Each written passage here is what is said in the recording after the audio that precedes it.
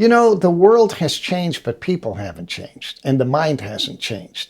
And I believe today, if there's a young guy that wants to start a business, if he's willing to pay the price, if he's willing to make the sacrifice, if he's willing to do without some of the frills, what people think are necessary, he is going to make it. You can't help but do good and not get paid. There's no such thing in the universe.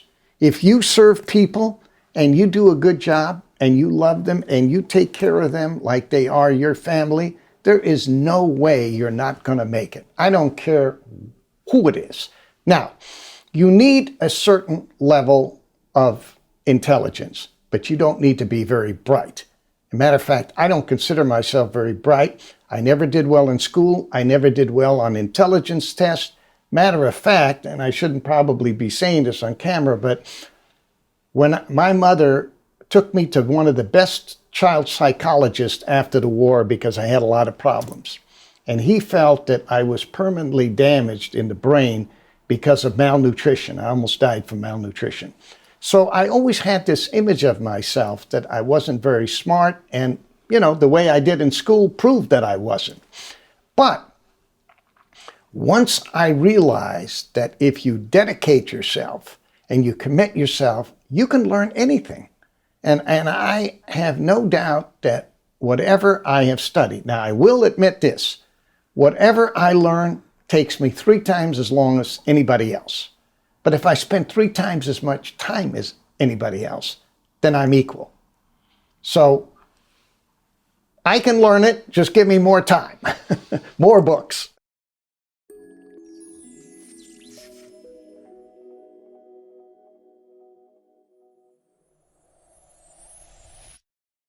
Yeah, well, I mean, I want to say emphatically, Oliver, that there's more than one way to skin the cat. And there are a lot, I talk about the things you can't do. You can't make macro forecasts repeatedly successfully. You can't trade algorithmically. So then what's Dan Druckenmiller doing? And what's Renaissance doing? There are people, all the things I say you can't do, there are people who've done them extremely successfully. Trade commodities. Who's Paul Tudor Jones, So there are lots of ways to be successful. And I always talk about the importance of risk-controlled investing. There are high-risk investors who've been successful. So I think the key is, number one, to have an approach, well thought out, built up, hopefully over some years or decades. Hold it strongly. As the memo says, be willing and able to hold through the periods when it's not working. Because nothing's going to work. Nothing works in every market. Nothing works in every stage of the cycle. And nothing works every year. Even in, if you're in an upcycle, it should work, it didn't work. I was struck in Barton Bigg's book, Hedgehogging. He talks about some outstanding investors who had terrible periods in the doghouse. If you hold a philosophy strongly and an approach, no approach is going to work all the time. And the more strongly you hold your approach, that means the more out of favor you're going to be in certain times. So it's extremely important to hold that. So a well thought out, valid approach that you're committed to and can stay with. I think you have to have an approach that fits your personality. I was lucky in '78. I was asked to start up some bond funds in convertibles and high yield. I'm a conservative investor. It fit me very well to be investing in fixed income. If they would have said to me, we want you to go out to some place called Silicon Valley and start a venture capital fund, we want you to find Google when it gets invented, I probably couldn't have, because I'm not a futurist and I'm not a dreamer. And I'm probably better at sealing off the downside than finding the upside. So I think you have to, like they say in football, is he playing within himself? Is he doing the things he can do? I think it's very extremely important for an investor. So I think the people we're talking about are people who have these approaches strongly held. I think it helps to be highly intelligent. Buffett says, if you have 160 IQ, 30 points because you don't need them, sell 30 points.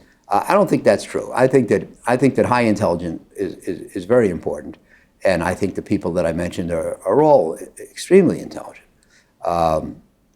So I think that those are some of the criteria for success.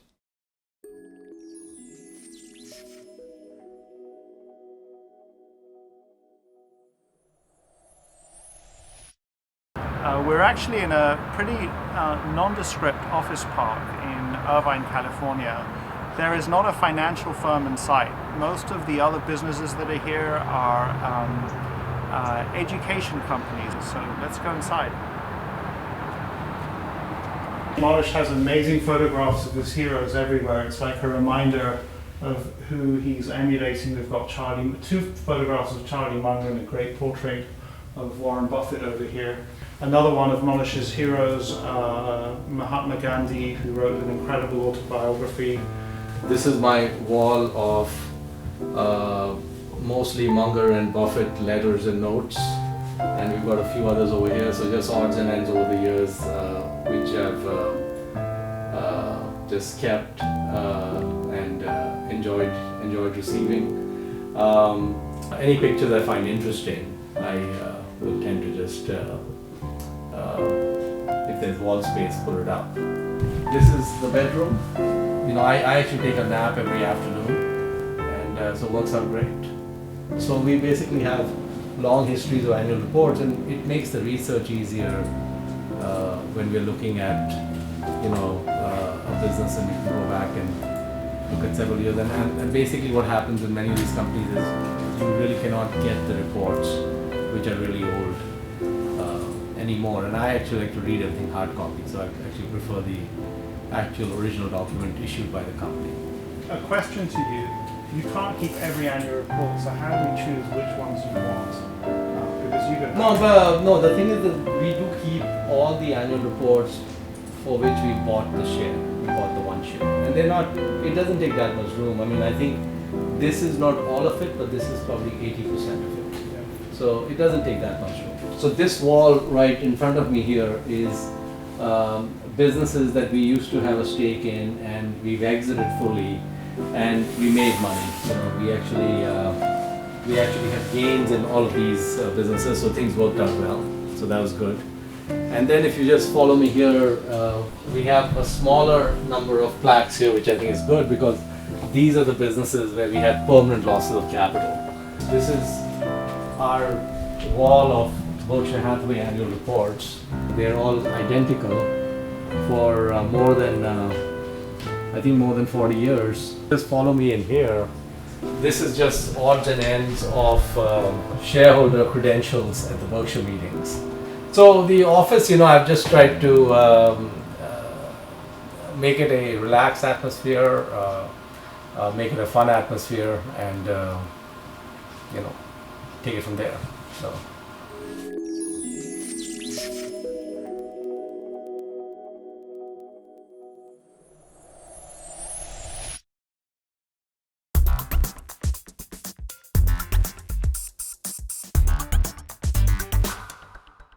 Well, you know, it's a dynamic that I'm more involved with today probably than I was 10 years ago.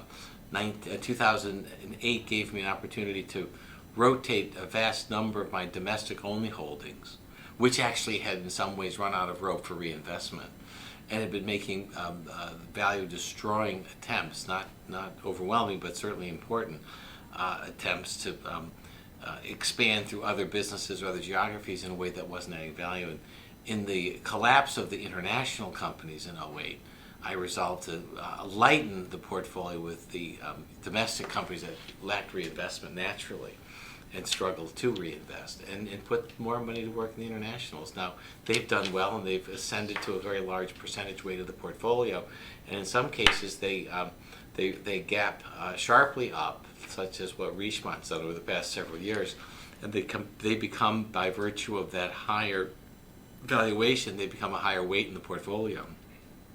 And one of the steps that takes place in that environment is that I will lighten up on something that's become a higher weight at a higher valuation than where it was when I started the position. And the proceeds from that go to support just the opposite, a business whose business remains equally attractive to what I thought it was, whose share prices have come down and have in the process become underweight even as they become undervalued more. And so that's the movement of portfolio funds, and that's an ongoing appraisal. As to the degree of sophistication and precision around which investment decisions are based in terms of valuation, I'd say that the metrics are a bit challenging because, as I suggest, very often it's the steps that consume reported profits that are the engine for future growth. And so, and it's very hard to get from a management team. It's rare that you can, the extent to which their investment spending burdens current results. But for me, as a measure of undervaluation, PE, for example, may not be terribly useful because I may hope that Nestle spends aggressively to exploit their nascent franchise advantages in markets, the spending of which will reduce reported income. And so Berkshire, certainly the second largest holding, has done a tremendous amount of investing that destroys current income. So you can't really look at a PE basis for Berkshire. And with Nestle, I just assume that they don't maximize the E, but actually take steps that minimize the E, which result in a higher PE. So any attempt to sort of benchmark the portfolio's value relative to expectations about what it means to be undervalued, given my preference for reinvestment, and especially reinvestment with a current income burden, kind of stumble. So I really look out 4 or 5 years and think whether or not, if they continue to have investment opportunities and they pay off, what that might mean for the size of future cash earnings is really what I use as my gauge. And that's a subset of businesses that have the capacity to put that kind of money to work and so transform the business in which we invest in by just extending the franchise that we once began with.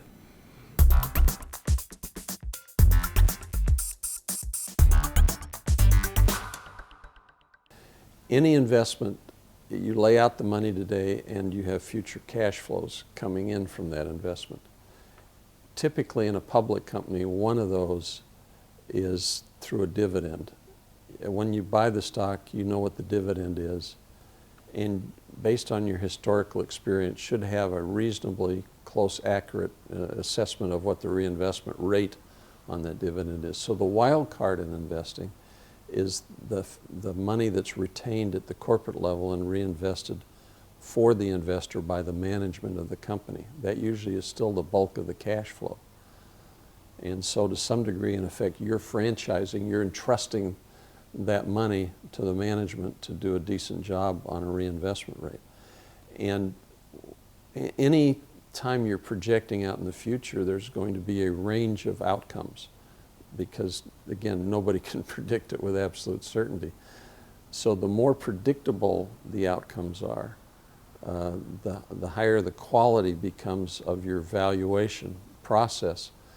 And the lower the quality, the more risk there is in either financial risk or economic risk, the range of outcomes will become wider and wider. And so one has to take that into account in trying to assess the rate of return hurdle that you feel is adequate to justify an investment. The business model, we think, is also important. So because the business ultimately boils down to what you buy and what you pay for it. And on the business model side, if you were to draw a grid and one axis be fixed assets, the other be economic sensitivity, you could plot any company. And the reason we look at it that way is because what we're really looking for are businesses that can earn high returns on tangible assets. The central tendency is for those kind of businesses to be businesses that have low fixed asset components and low cyclicality. So like 3 of our top 4 holdings right now happen to be Pepsi, Procter & Gamble, and Coca-Cola, all of which fit that profile. They're in effect like our AAA bonds. And as long as you can buy them with an adequate rate of return, those become excellent investments. And then you start to look at lower quality things based on the predictability of those cash flows.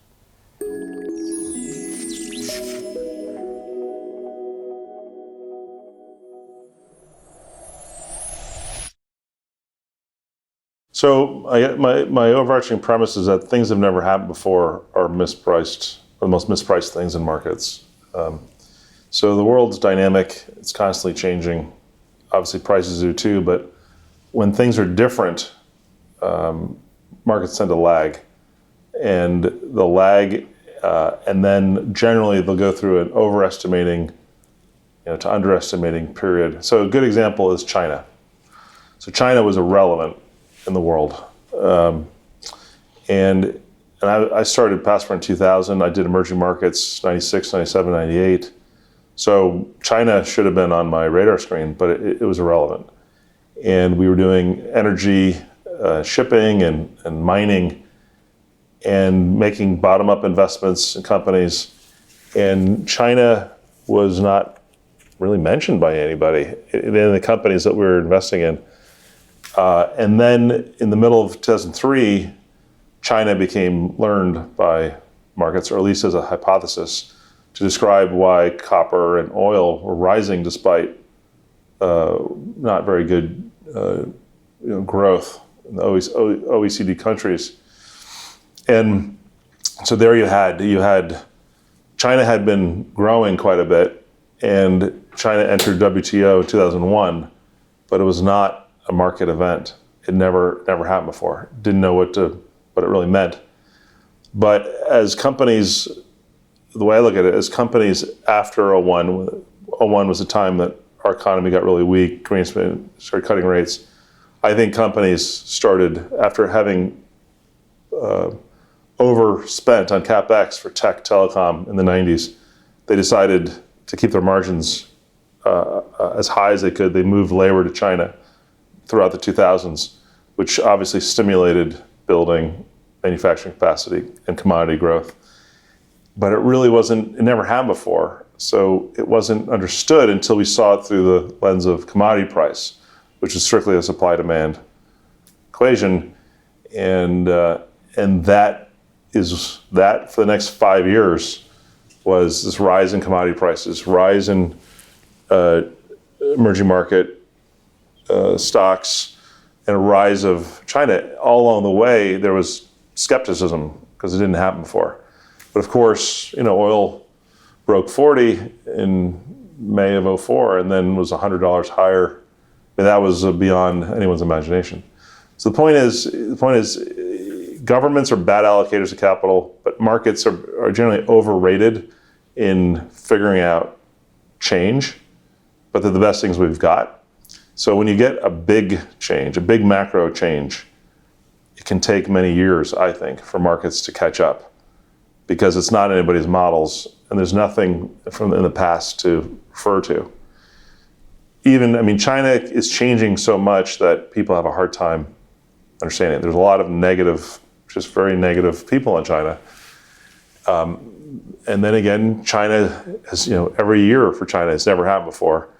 People seem to want it to be a, over misallocated capital EM story because of all the building they've done. And they can't see how they're going to go from here to a consumer-oriented society. But every other country did the same thing. They spent a lot of money, U.S. included, and they're going to do it in a different way. And so I try to take advantage of these things that I think are highly likely to occur, particularly when it's different than it was before. Good example that we're involved in is Chinese internet companies, where I think there's a leapfrogging effect in China because they didn't have decades and decades to build retailing and a lot of service businesses. I taught English there in 1988, the first private university, and my best students wanted to be farmers because that was the only part of the economy that had market prices. So that was the only way they could make money.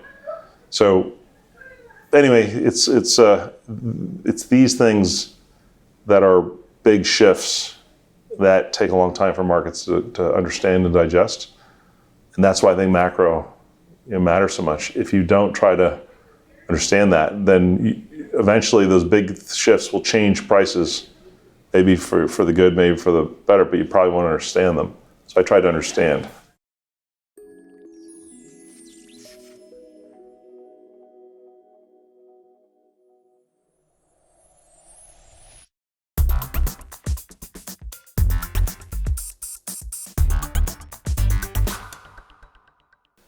Well, I say thank God that we all don't think the way I do, because it gives me the opportunity to make money. I mean, if everybody in the world was a value investor and everybody was chasing down the same bargains I was, and everybody was able to put money to work in a crisis or a panic situation, it really wouldn't leave me much room to manage my business and make money for my clients. So I don't put much stock into that. I think that, research shows that stocks are 14 times more volatile than their underlying fundamentals. Based on your perspective, that's either 14 times more the Maalox you eat on an annual basis, or 14 times more the opportunity that you have to compound money at a higher rate of return. So volatility is great. Value investing still works for us, and thank goodness for the people that don't see it that way. I would just add that the one constant, whether you're talking about tulips back in the 1600 or an internet bubble in 1999, it's human behavior, fear and greed. It's never been eliminated from the market, and I think value investors, because of their process, whether they explicitly say I want to take advantage of this or not, if they follow that process and purchase stocks when they get disconnected from their long-term fundamentals, their intrinsic value, they're always poised to exploit human behavior. And until human behavior is eliminated from the marketplace, that phenomenon is going to occur indefinitely. Yeah, I loved how Uncle John used to say, I just seek to accommodate the sellers during a market panic. I'm doing my duty by just accommodating the sellers. And, in a raging bull market, I accommodate the buyers. So that's how he saw it, just being helpful, accommodating the sellers and accommodating the buyers.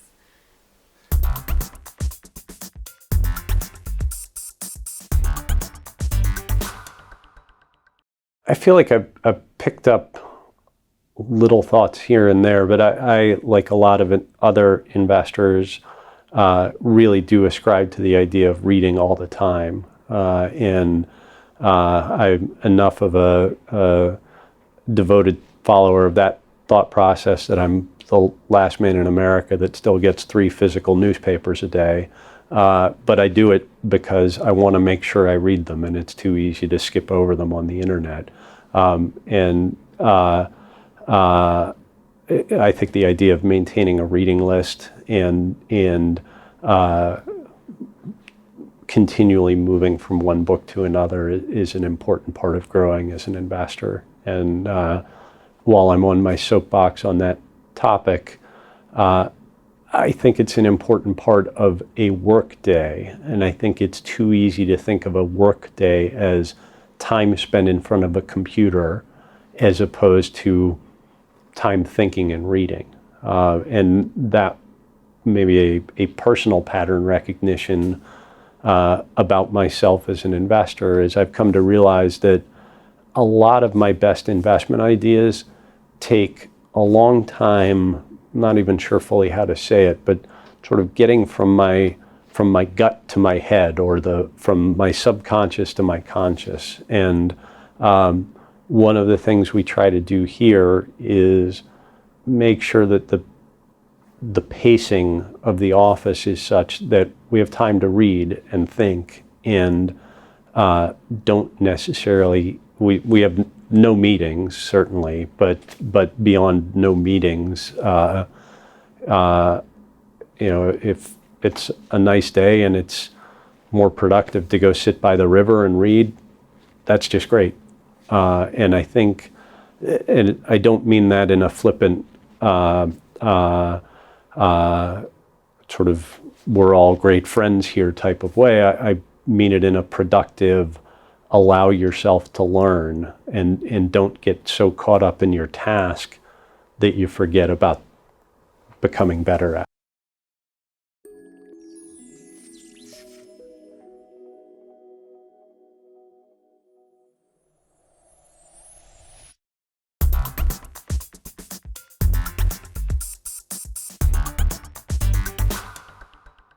Well, we're always looking for the double play. So that's a low valuation business. In other words, one that the investment community is down, sells at a very low multiple of earnings, a low multiple of cash flow, strong balance sheet.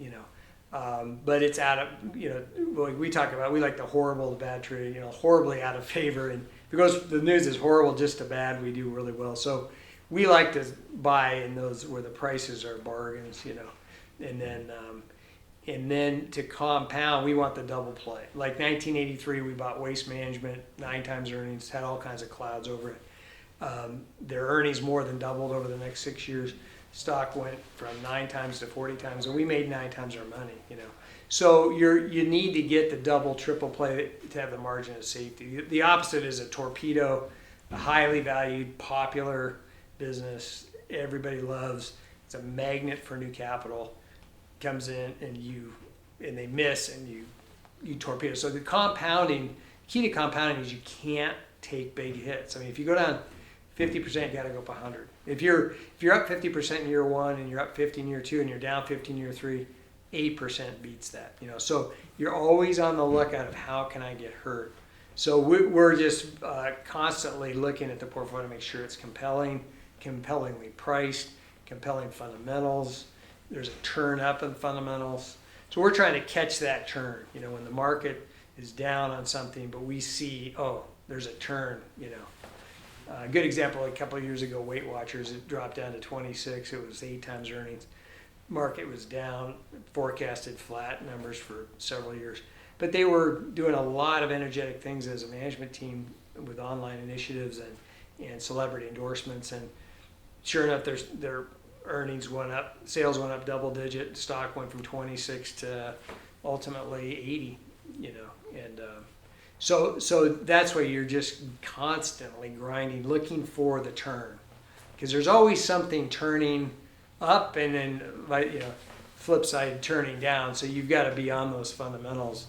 Gets back to it gets back to that rigorous daily research, because you got to catch the turn, but you got to make sure that price is compelling as well. You have a great company, but if it's, Coke was 50 times earnings in 1998 at $80, well, the stock's still in the 70s, and that's been, we sold Waste Management in 1989, and it's lower today than where we sold it in 1989. So you can have a great company, but it doesn't mean you'll make money in the stock.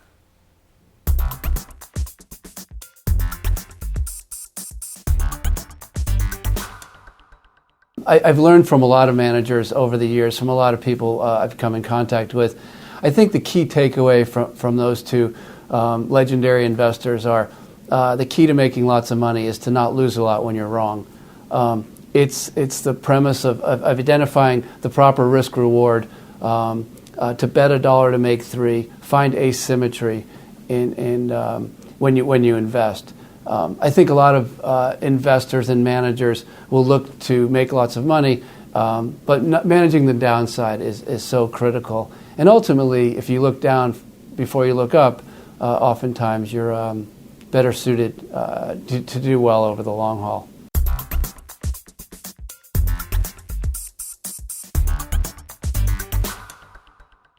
Well, when I first got out of graduate school and I was working for Payne Weber, I was very thankful that I got to go to graduate school and get my MBA, but I wish somebody had knocked me on the head and said, hey, if you're going to go spend all that money, you need to figure out who Warren Buffett is and figure out why he's successful and what he does. And so very early in my career, I started reading, this guy was so successful way back then, and it was obvious that something about the way he did things worked very, very well. And so fortunately there were, I could always get his annual reports. Back then I used to call his office and I could talk to his secretary directly and ask her to mail me an annual report, and she would. I didn't have enough money to buy A shares, those were the only shares that existed back then. But, it was obvious that he just had such a common sense approach about investing, and it really made a lot of sense for our clients. So Texas Lutheran is where I went for undergraduate. And it's a very small school. It's only a little more than 1,000 students, but it's really got a great business program. And I serve on one of their advisory boards for the business program. And one day we were talking about internships. And I started thinking about the nature of money management and the critical thinking process that goes into it, and realized that this might be the type of platform that you could actually build and gain momentum. And so I pitched the idea to them, and my first summer I had 3 kids that just sat there and read nothing but Warren Buffett books all summer, kind of outlining them, and The Intelligent Investor and The Warren Buffett Way, Buffettology, interpretation of financial statements, all those types of things. And then in the fall we got 5 students, and then 5 grew to 8, and 8 grew to 15, and so now it's going into its 4th year, and it's really gained a lot of momentum. The trick, though, for me is recognizing that a school this small, very few of our students are going to become portfolio managers. Instead, our approach has been far more to say, okay, how does Warren Buffett look at a company? He's very famous for saying, it's got to be consistent, predictable, and I've got to be able to understand it. But really, if you read a lot of his stuff, he has great discussions about return on equity, return on capital, debt issues, debt divided by net income. Just great fundamental analysis. And so the approach of our intern program was to use those characteristics to teach kids what is the difference between an average company and a really great company. Because if they understand that, no matter what company they go to and whatever industry they work in, they'll be able to go back and say, I know that our debt is X, and the kind of company Warren Buffett looks for is far different. Why? And that, to me, gives them a real competitive advantage when it comes to competing against other universities and students from all around the world.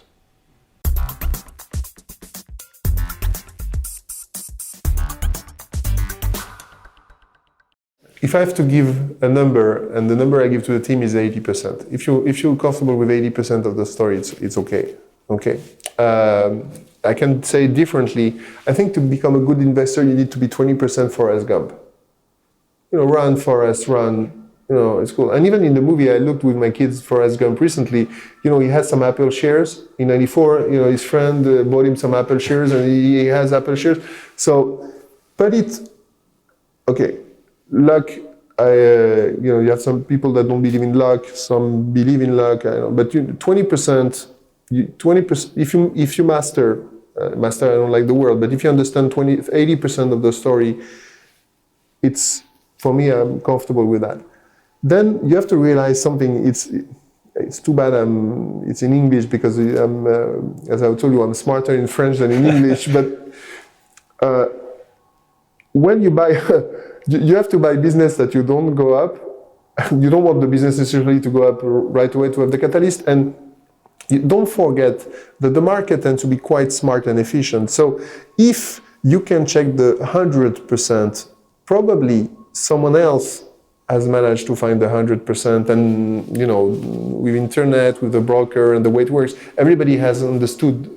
So when you buy a stock, you have to feel uncomfortable when you buy a stock, when you invest in a company. You have to reduce to maximum the risk. You have to understand the risk. You have to understand the concept, and that's why it's interesting and it's a must-have to have a circle of competence, because like that you can leave 20% of uncertainty, unknown, not perfectly mastered.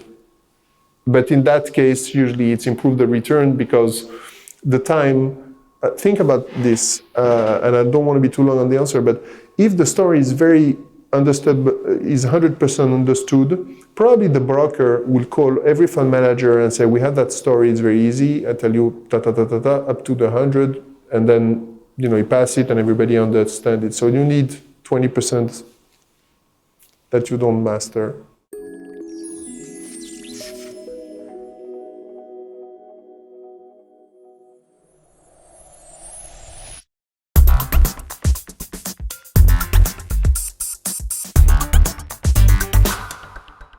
I'm not terribly systematic about it.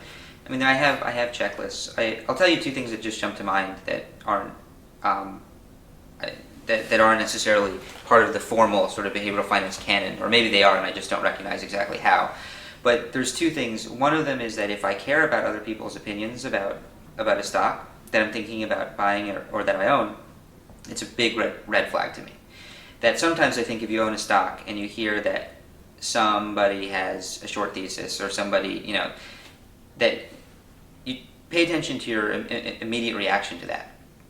And if it causes you to panic a little bit, that's really bad. And so I try to sort of read my own emotional sort of profile with respect to each investment.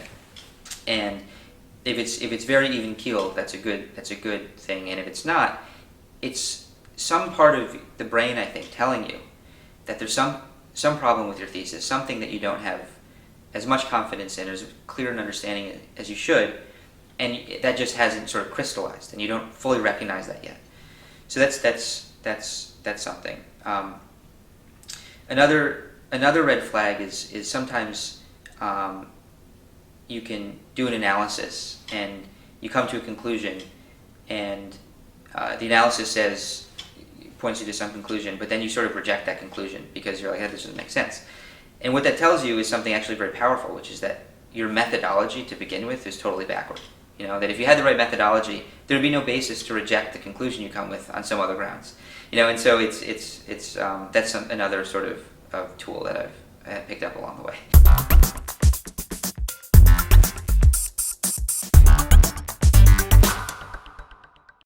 There's different ways of approaching that. Okay, so the first thing we need to do is look at the universe of the companies and find out, do they have capital structures that combine bonds or just equity, or equity and bonds combined.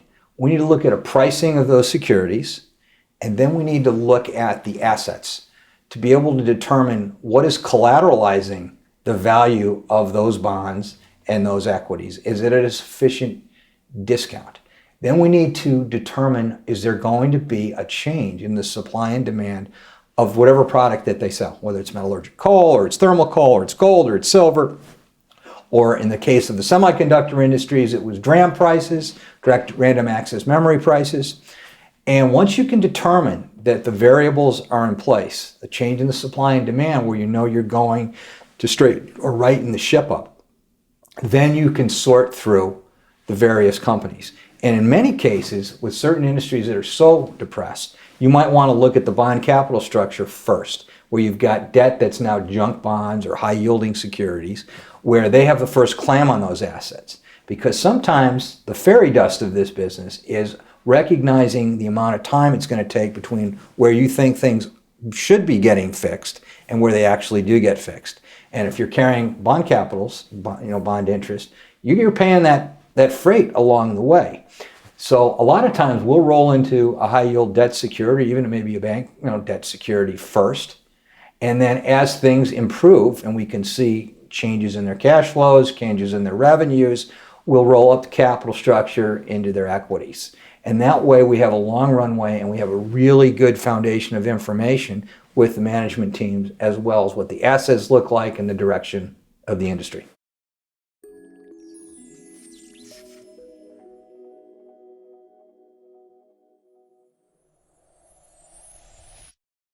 Yeah, I'd say the biggest difference is probably our clients. Oftentimes I think there's too many people in this business that make the decisions that they think their clients want them to make, rather than the decisions they should make on their behalf. And so that's probably one of the most difficult things about investing, right? The best investors and the best value investors in the world are those that are not afraid to look wrong or look stupid for a while, because you inevitably will. And so, it goes back to the ability and the willingness to make mistakes and learn from them. I'd say that's a lot more difficult to do when you're managing other people's money. A similar analogy to the lessons from Holmes. There's a phenomenal book that I read this year as well called Spy the Lie, and it was written by former CIA agents, and it is just it's fascinating in its application to everything from personal life, being a new dad, but also thinking about listening to earnings calls and listening to management.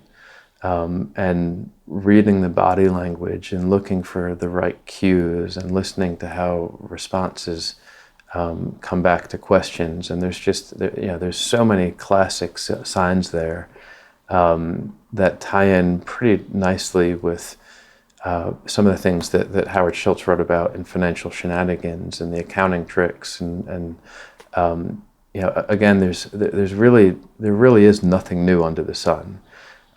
It's just, you know, it's just the same game over and over again. It's just the players change.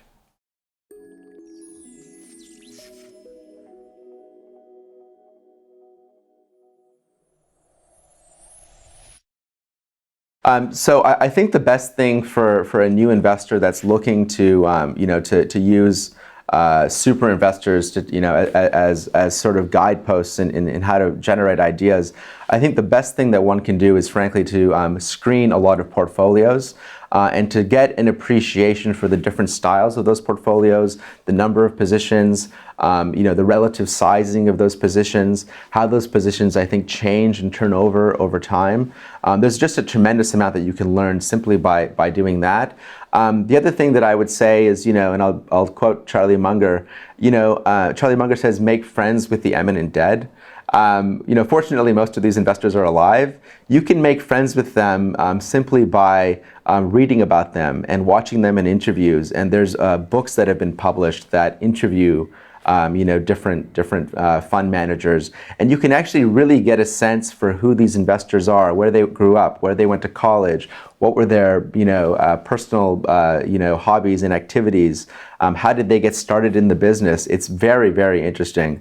And I think that when you have that type of appreciation for the manager as a human being versus the manager as a manager, I actually think it helps inform you in terms of how they manage their portfolio. And there's no question that you will gravitate towards some versus the other. That's just human nature. So.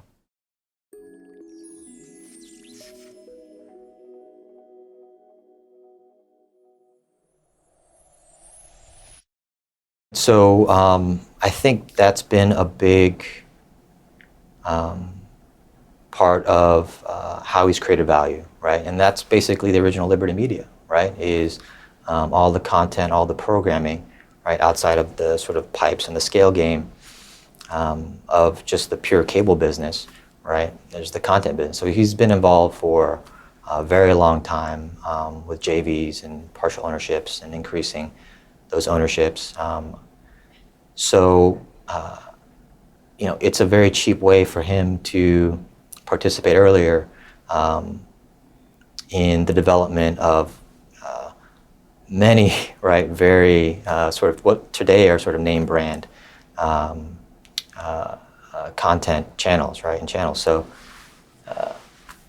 you know, I think one of the more recent cases that's worth mentioning in a little bit more detail is the JV that they have at QVC in China, right? So there's like 270 million homes, but you know, 64 of those are in China, right, through a JV, but that's not consolidated, right?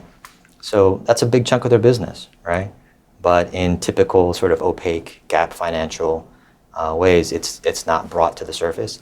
And that's actually quite similar to the 1991 spin-off in that, or split off, excuse me, of the original Liberty Media, in that all those valuable stakes, a lot of them through JVs, and you know, marked at cost, right? Held at cost. It looked terrible from a GAAP perspective. You really could, and it would look like it was losing money, right? And so why would anybody, when they do a quick check, want to invest in, you know, the original Liberty Media, right? With all these JVs and everything that looks opaque. But the truth of the matter is that once you look past that and actually get a better sense of what's underlying, what businesses are there, there's a lot of value. So that, I would say, is, you know, just another part of the, right, ways that he actually approaches sort of not disclosing fully value, but then, right, having it there and then unlocking it.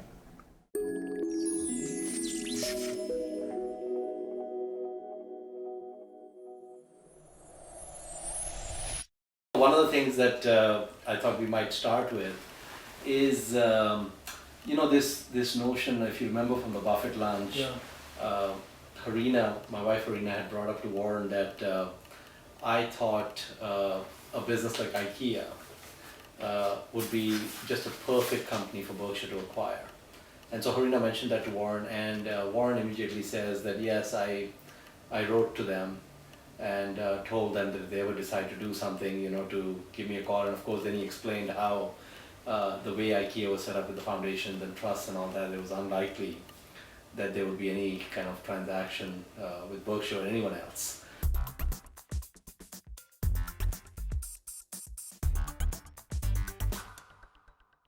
I would say, in a word, what's the most I've learned for Sir John Templeton and working here at Templeton is behaviour. One of the quotes that sometimes gets put out there from Sir John Templeton is that the buying at the point of maximum pessimism requires the greatest fortitude, but also pays the greatest reward. In this job, you are perpetually being told that you're wrong. The market is doing its thing. It is telling you that the opportunity set that you see is stupid. And actually the world is going to end, and in this particular companies. And being able to have the discipline, whether it be at the height of the TMT bubble in the late 1990s, not to get on that bandwagon, or the discipline in early 2009 to actually buy a number of businesses which looked to be on fire sale prices, it wasn't easy, because you're probably buying them in late 2008, or maybe even the summer of 2008. The market will tell you consistently and perpetually that you're wrong. And therefore, you have to have fortitude, you have to have the discipline to continue to employ your process, your philosophy, and stick with it, despite all the stuff that's around you that's telling you to do the exact opposite. I think for me, I get, in down markets, there's so much to do. There's so many businesses to look at. I think in markets like we are today, where things are very expensive, it's just an opportunity to look at other businesses and appreciate, rather than get mad and go, I can't believe people are paying this for that. Go look at that business and go, why are people paying that for that? And take it as an opportunity to, a lot of research, when stocks are wildly expensive, it gives you a really good opportunity, because lots of things are published on them and lots of facts, to really understand that business and to kind of put it on your radar because you don't know whether that thing's going to be a bad deal or not. So I think one of the things as an investor I'm always trying to do is read about businesses, just understand businesses, even though there might not be something that's specific and it might not reach your price threshold. Is just take it as an opportunity to find out more about why things work. I look at my son, and one of my sons likes to take things apart and just figure out how they work and program things, and it reminds me of what I was like as a kid, and I like to just see how it works, and just finding the beauty in seeing how things work and putting that away. And because when the time comes, a lot of times when the markets come in, it's pretty rapid and quick. In fact, I can't think of in my investing career when it was very slow and drawn out. And you need to be ready. And so unless you have a data bank to draw against, it's really hard to get ready on a lot of things at the same time. So you kind of have to be just ready on a broad area of things, and then to be able to go to. So I think just focusing at this point in time, I think here we're just focusing on looking at businesses, whether they're priced well or not.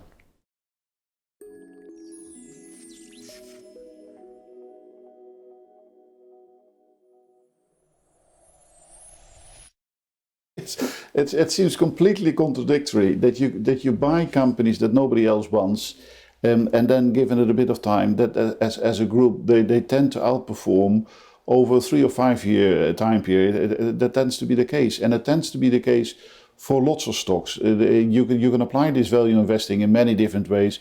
We just discussed briefly just a discount to NAV, or what I do, a discount to working capital, which is the most extreme. But I specifically choose this group of companies because they tend to have the strongest performance of any of the value stocks and against the indices. It tends to be that this group always gives the best performance over the years. Why is it that these companies tend to be so good in delivering results when the outset looks so very unattractive?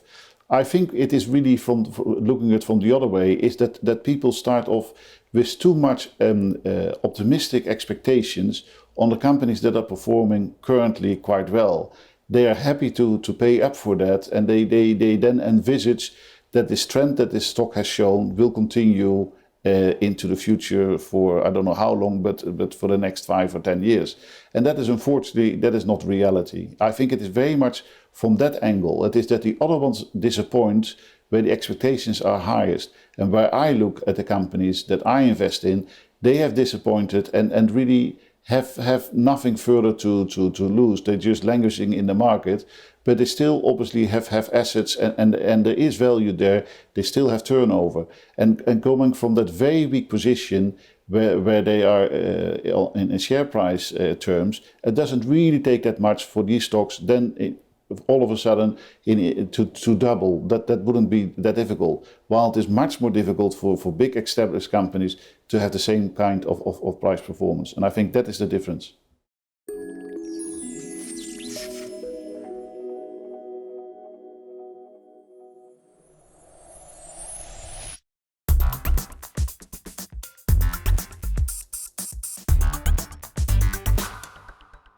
There are 3 or 4 aspects. I mean, the first of all is that there are very few value investors in Europe as opposed to the US. Maybe the reason for that is that assets are controlled by the banking system in Europe in a general way, and the purpose of the asset managers is more asset gathering than just performance. That's the first thing. So we have been fishing in this pond for 20 years, and we find very few value investors, and the ones we find, we tend to believe are inferior to the average quality of a US value investor. So that's first thing, right? The second thing is that in Europe, there is a certain, let's say, wall of confidence that one has to pass before knowing really what's going on behind the stages with this family or this other family or whatever. And investing there, since we started investing big time in international equities, and that's since basically 10 years, we have a reputation for being patient, for being silent, for being non-activist, for buying when things are bad and selling when things are good. And this reputation, I think, help us, have a good image at the eye of the families that own the assets. Bestinver becomes or starts being a shareholder. That means that I have, my business is under value. That's almost automatic, not in all the countries, but definitely in France, in Germany, a bit in Holland, definitely in Italy. So that's an inefficiency that we have, overcome through the years and being very patient. And I would encourage US guys that want to exploit this inefficiency in value investing in Europe by marketing their patience, if I can speak that way, because there is just, it's a model that does not exist. You have the UK activist model in which they shake up boards, etc., and they do that in Germany and Italy, but that's aggressive, and they are perceived as aggressive, and I don't know if you really curate a reputation for partnership through that way, although it's a perfectly understandable way of doing businesses. So really, I mean, companies are more available and accessible than people maybe think. And for anybody with patience and willing to ask intelligent questions, go to the meetings with some preparation done. I think the door is open. But of course, it takes maybe 10 years. It takes time. I mean, there is no receipt for doing in 6 months what takes 10 years effectively.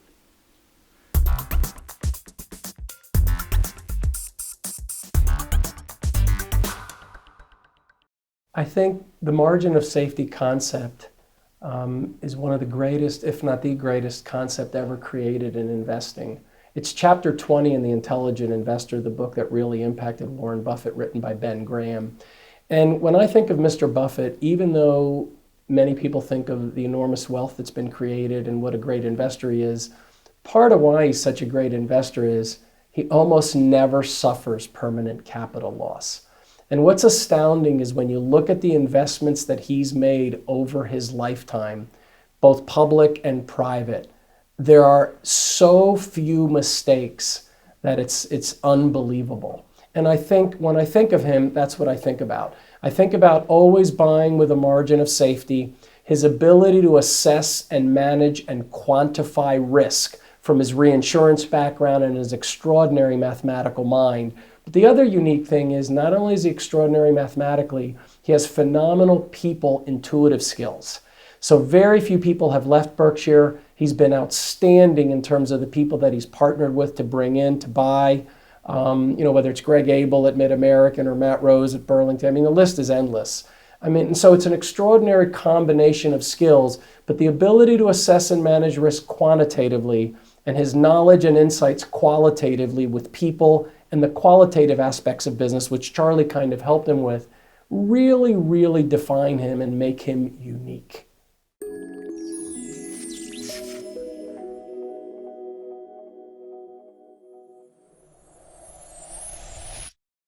I think there's a lot of ways to make money in the investing business, clearly.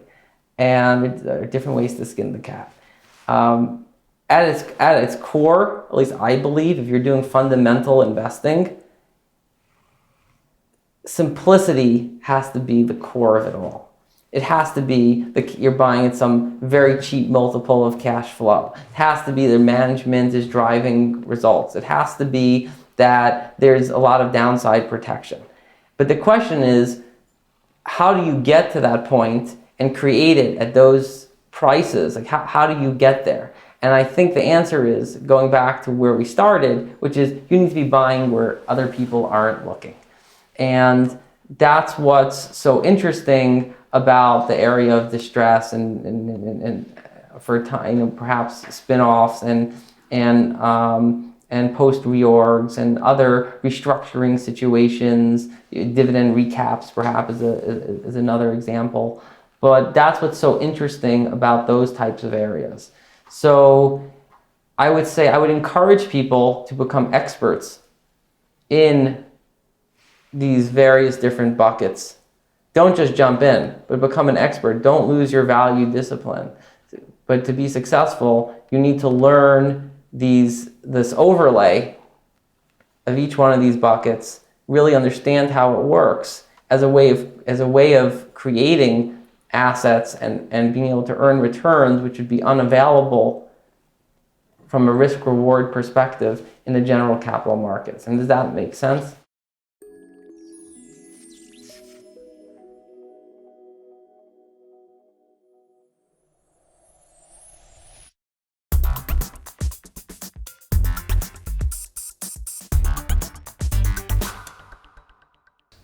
Well, first of all, we're very fortunate that the culture that we have at the firm invites this type of thinking. This doesn't work in every other firm. A lot of firms say, why are you wasting your time doing this? But Bill was an early adopter of the Santa Fe Institute. Michael Mauboussin, as you know, is our chief investment strategist, came over from Credit Suisse. He's a great author, great thinker. He's on the board of trustees at Santa Fe. So, I mean, we think about it at many different levels, but at the market level, what we, I think, have done well is to recognize that it's not an equilibrium-based system, as modern portfolio theory dictates it should be, that it's more biological in nature. And when you begin to think about markets from a biological aspect, you recognize that nonlinear systems are going to have these flares, these five standard deviation events, which are not supposed to occur in physics-based systems, but actually occur in biological systems all the time and actually occur in markets all the time. So you're not as ruffled or unsettled when the market flares and gives you these nonlinear events, because you go, well, that's exactly what markets are supposed to be. So one, you don't panic as if the world is coming to an end because you've gotten this something that's unusual. It's really not unusual at all. But the important, what Charlie pointed out is that to benefit from this, what you said, Oliver, kind of sparked something in my mind, is that you can't spend 90% of your time becoming an authority on physics and biology because you've got work to do on valuing businesses. But you can spend a little bit of your time understanding the big models and how they work and how they may relate. And that's what we did in Investing the Last Level of Art, was trying to give you a surface view of how these models work. So you've got a working knowledge of physics, you've got a working knowledge of biology, evolutionary biology. Psychology now, thankfully, is much mainstreamed in our business, and so we try to add a little bit more there on risk tolerance and things of that nature. Philosophy, though, I think is a huge part of our business that we don't spend any time incorporating into our thoughts. So, for example, Ludwig Wittgenstein, probably one of the greatest 20th century analytical philosophers, is very big on language and descriptions. And he goes about, pointing out that, the way in which you describe something is your ultimate explanation of it. But there are many different ways to describe things depending upon the language that you use to describe it. So, for example, on Amazon, there were so many multiple descriptions on Amazon at the time. Same company, you had all the statements, financial statements, you had the SEC and everything like that. And it was amazing how many different descriptions were going on about the company. Some said it was, Barnes & Noble. So, and they would kind of think, well, if it's Barnes & Noble, it should trade like this. And others said, well, no, now that they're doing music and clothes and other things, it's Walmart. And so they would look at Walmart and they would try to say, well, it should be valued like Walmart and stuff like that. And we thought differently. We thought the description of Amazon was not like Barnes & Noble or Walmart, but it was like Dell Computer. And so Dell Computer, as you remember, in its heyday, was a direct distributor of retail products. They took, over the phone or through the internet, they would take orders. They would put the personal computer together in a distribution system, in a distribution center, and mail it out. They'd get your credit card, so you get your cash first, pay the suppliers later. They were the very first to get to triple-digit return on invested capital. And Amazon basically had the same model, which is they didn't have a bunch of stores and 100,000 employees like Walmart. They had 7 distribution centers. They took orders over the internet. They shipped them out from the distribution centers. They had your cash. They could pay the suppliers later. And they too went to 225% return on incremental capital. So you could have made that bet on Amazon in 3 different ways based upon the descriptions that you're using, but it's the same company.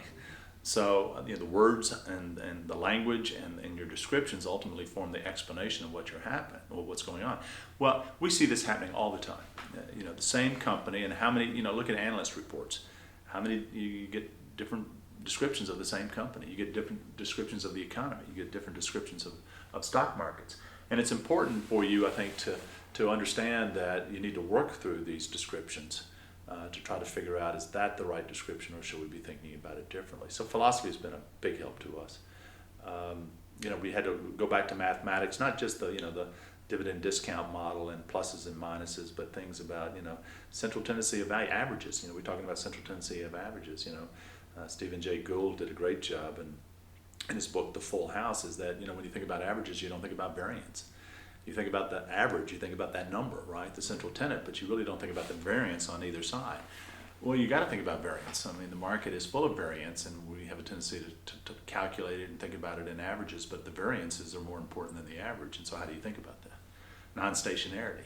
And in markets, the data here that we have in markets is non-stationarity. They change, right? The population set changes. If the population set doesn't change, and it's the same group of companies that you are measuring 5 years ago, 10 years ago, 15 years ago, and today, then you can draw simple averages from it and say, okay, this is the average of these companies. But if the population set begins to change, it's called non-stationarity, then coming up with things like reversion to the mean or averages makes no sense whatsoever. So Warren got it wrong in the 1980s because of non-stationarity. He said that he thought that the return on equity had plateaued permanently high at 15% return on equity, and so it needed to revert back. Well, that was wrong, because the composite of the S&P 500 had slowly changed from being an industrial base, utility base, heavy capital based system into services, consumer stocks, pharmaceuticals, technology, which had totally different capital structures. And so with a new population set, you ended up with a new average. So it didn't revert back to historical norms. It changed, the trend changed, right? So there was no reversion, there was a new trend. And we're seeing it today. The argument today really is quite silly about profit margins. People are convinced that profit margins must revert back to their long-term average, reversion to the mean. Well, the data set's not the same. We know that the multinational companies today have much more exposure to overseas markets, and we've done enough research that their returns of their overseas subsidiaries have higher margins, higher return on capital, higher sales per employee, productivity is higher. So you can look at the relationship of profit margins to exports of the S&P 100, and then basically they're just correlating perfectly nice. So why should we have a reversion to some historical mean going back that says it has to go back that way? That's wrong. Now, I do think there's something called reversion to trend, and the trend is moving up, and you might say the trend's got a little, the profit margin's got a little bit higher than trend, but it doesn't mean that you have to go back to mean. So there's so many things that you can make yourself a better investor and disarm those people that are not thinking about it correctly. And you don't have to spend, semesters and semesters on it. You just have to spend a few hours kind of trolling around in these different disciplines.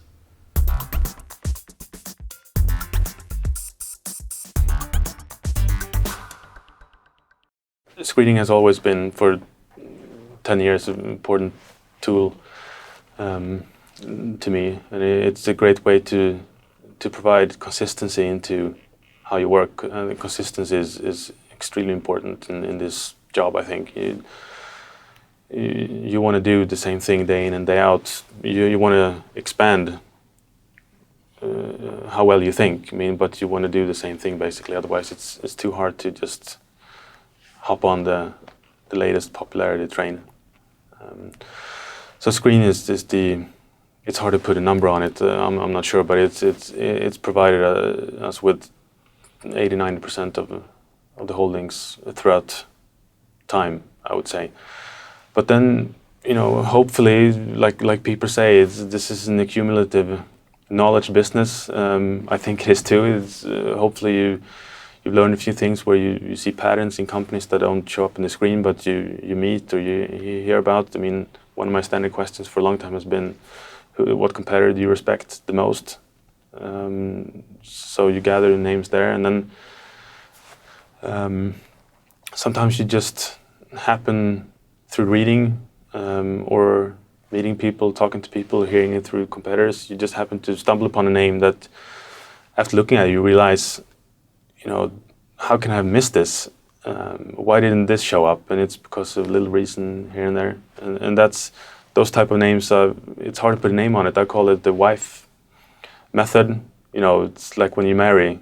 You don't screen the world for the best wife. When you meet her, it's it's right, hopefully. And it's the same thing with a few of these companies that we've come across. It's just right.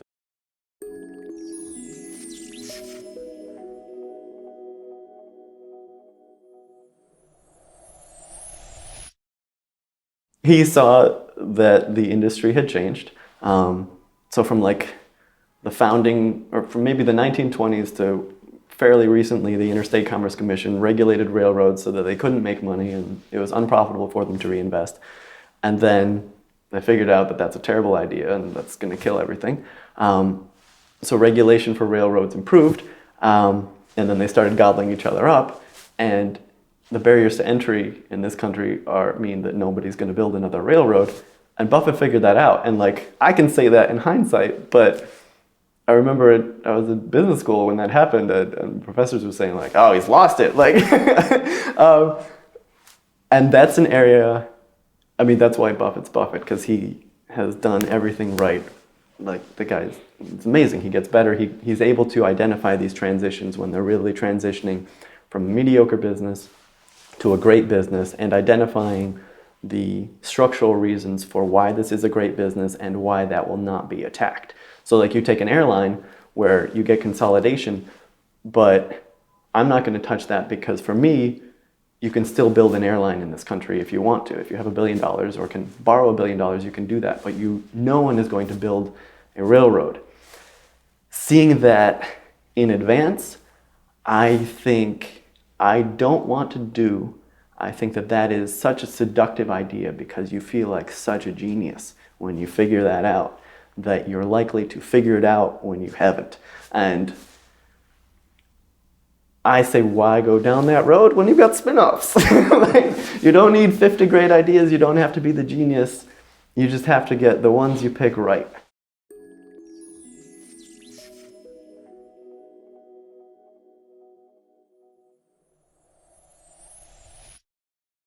That's a great question. I'm going to cite an example that you probably have heard of, and maybe your listeners have heard of. But Joel Greenblatt, when he launched his fund, his most recent fund that trades based on the magic formula, he allowed investors to choose to either invest automatically or to get a list of the magic formula names and then choose from them manually. And after a couple of years of this, he looked at the results of both. In other words, the group of investors that invested automatically, the do-it-for-me investors, and the group of investors that do it yourself, where they got the list of names and they constructed the basket manually from the list of names. They picked the best. It turns out that the baskets that were constructed by people, the best baskets, underperformed the automatically generated baskets by about 30% over a 2 to 3 year period. And the reason is, at least according to Greenblatt, is that we're just terrible at constructing these baskets. As soon as you introduce the smallest bit of subjectivity, all these biases that the formula is there to stamp out, they creep back in the selection process. Because what does it mean to construct a basket from a list of stocks that the screen spits out? It means that you look at each stock and you try to predict which one is going to do better, and you end up buying the ones that you think are going to do better. And the things that you use to predict are going to be things that are not quantifiable. Otherwise, you'd build them into the screen, right? So you look for, management that seems good, and historical performance that seems good, and an industry that's good, and a business that's good. And what you really end up with is a stock that's bad.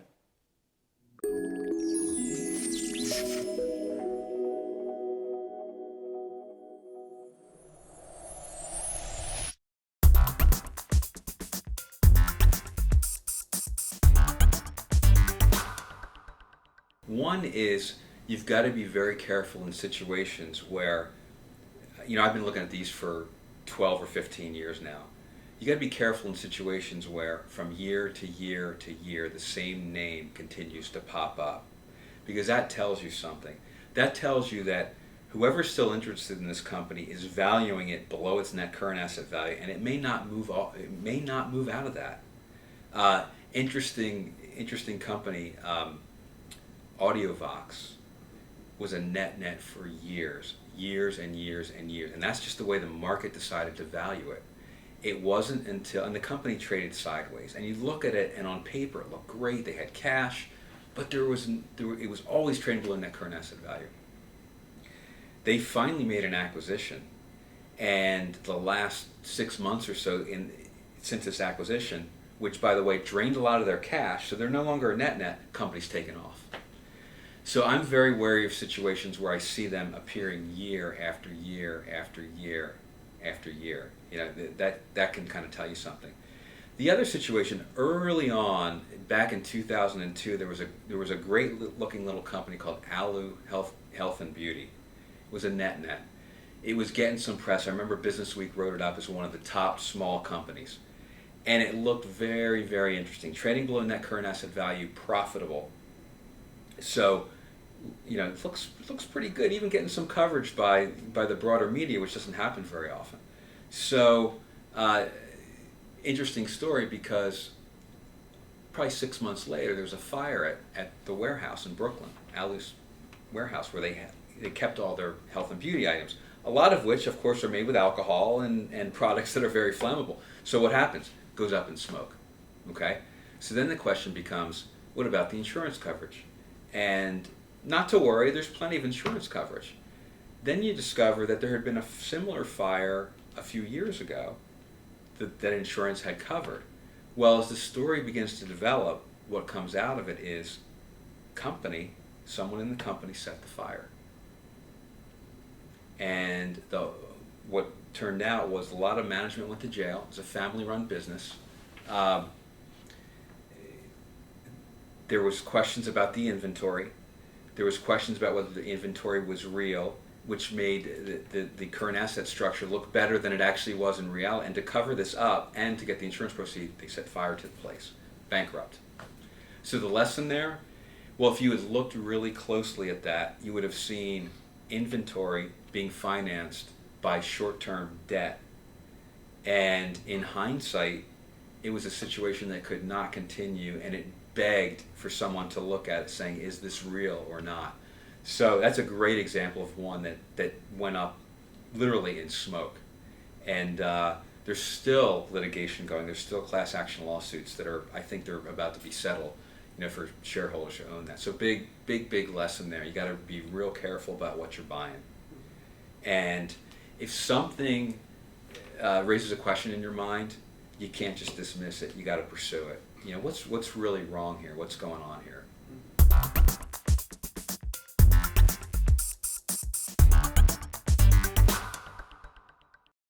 Yeah, I don't think I'm doing anything differently. You just get quicker at it. That's probably the only thing that's improved. So you look at more companies quickly and you make decisions quickly. Other than that, I think it's just the same thing. Yeah, that's why many people don't like net investing. They think it's boring. I spoke to some people recently, and they used to do nets, and now they go deeply into companies. They concentrate and they try to figure out what the business looks like will look like in a few years.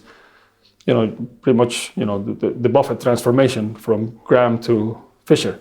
But the reason was it's just boring. I don't think it's boring at all, but they think it's boring, and they try to anticipate the earnings. And my guess is many people don't like nets because of that. These are investors that have been investing for a long time, and they probably did nets. Well, one of them, I yesterday actually talked to him, and he'd done nets for 9 years, and after that he started drifting towards earnings, and he said, "Well, no, I'm not having better results in better returns, but I'm much happier as an investor, and I feel more useful." So okay, well, if that's what you want to do.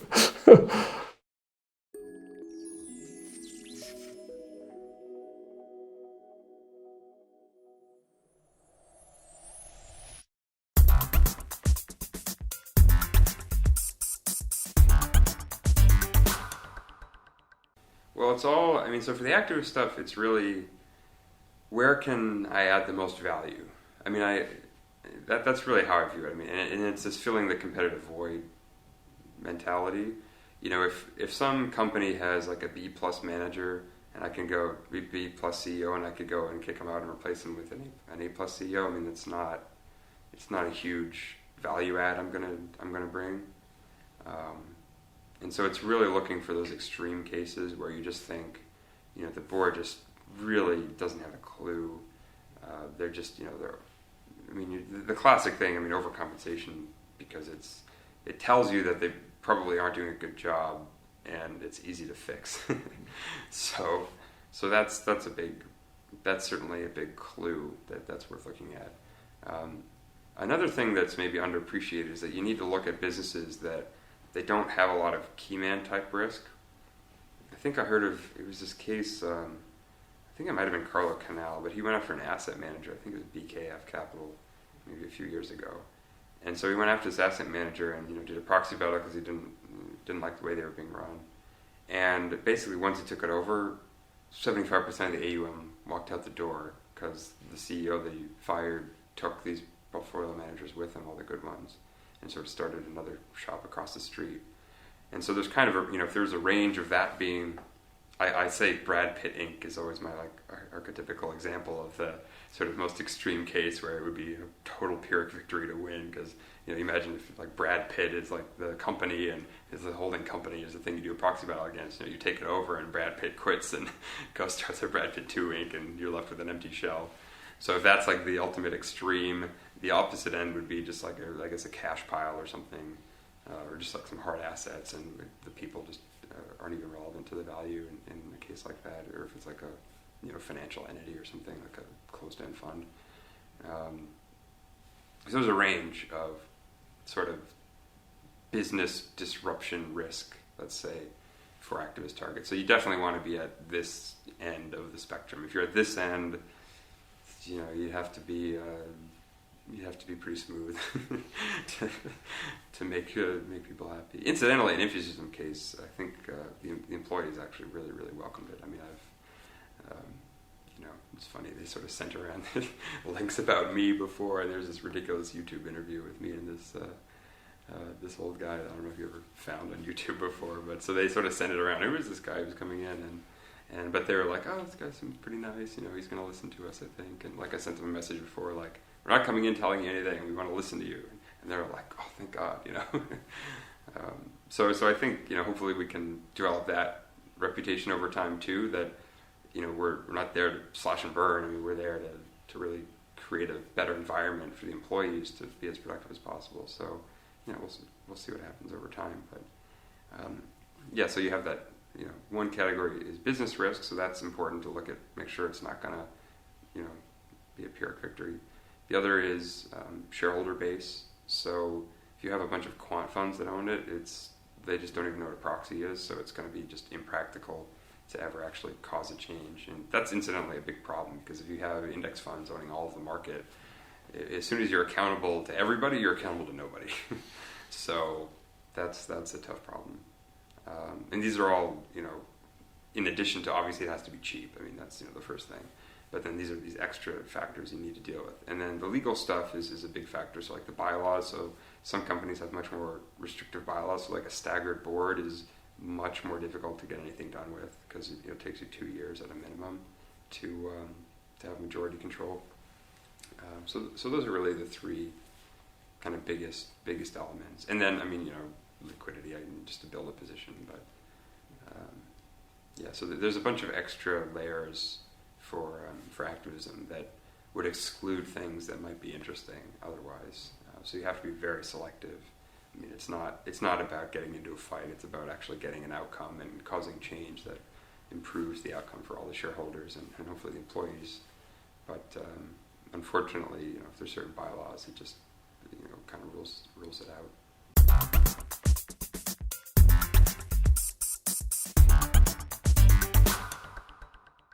Yes, but I think that what we get in, there's a trap that I think relatively new investors fall into is that you can sort of see something, buy something like it, it goes down, buy more of it, and suddenly it's far too big a proportion of your portfolio.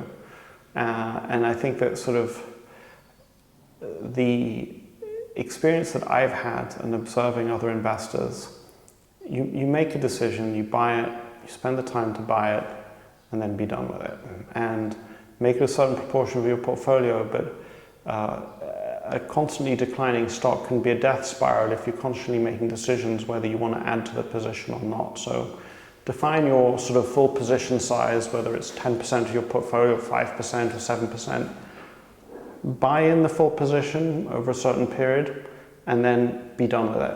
And then 2 or 3 years later, you make a decision as to whether you're continuing to own it or you're selling it. So perhaps part of the wisdom that I think that I'm trying to touch on and I'm reaching for, which I don't think is in the book, is, and it's part of this willpower idea, try and reduce the number of decisions you make.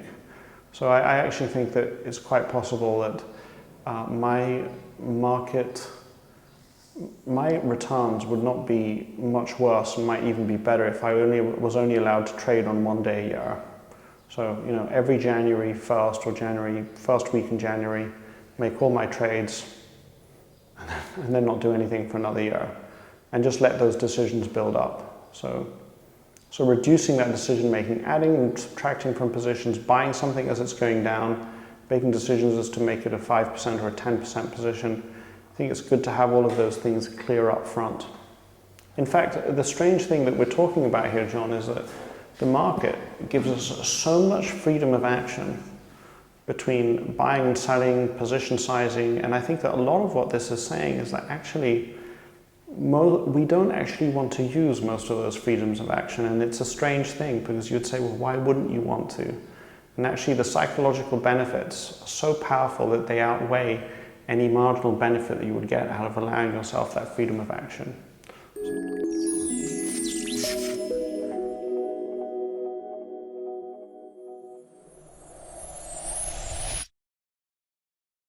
That's a fantastic question, and that's another area where I feel like some managers have taken it to the extreme and handicapped themselves. You know, you can go stock the shelves at a retailer and know everything there is to know about the company, but it may be the wrong company. And so understanding where, first of all, the competitive bar for excellence is from a research perspective is incredibly important, because you can't fool yourself into thinking you've done good work if that work has been replicated by hundreds of others, you know, on the buy side and the sell side. So you have to know where the competitive bar for excellence is in understanding a particular company and analyzing a particular company.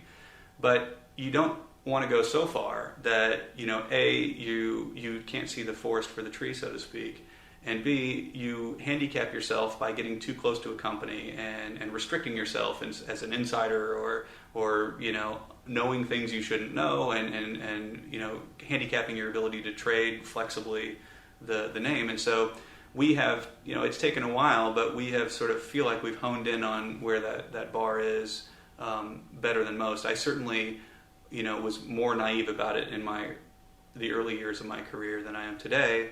I think the pendulum has gone back and forth over time, where we've probably gotten too close to companies in the past, and then it swung the other way, and then it swung the other way again. And you know, when you get invited to dinner, you know, to the CFO's house, you have to just sort of turn away those types of invitations sometimes, because you don't want to get too close for obvious reasons. But also, some of the information that you're garnering just becomes noise. You have to ask yourself, what's important and material to a particular investment thesis?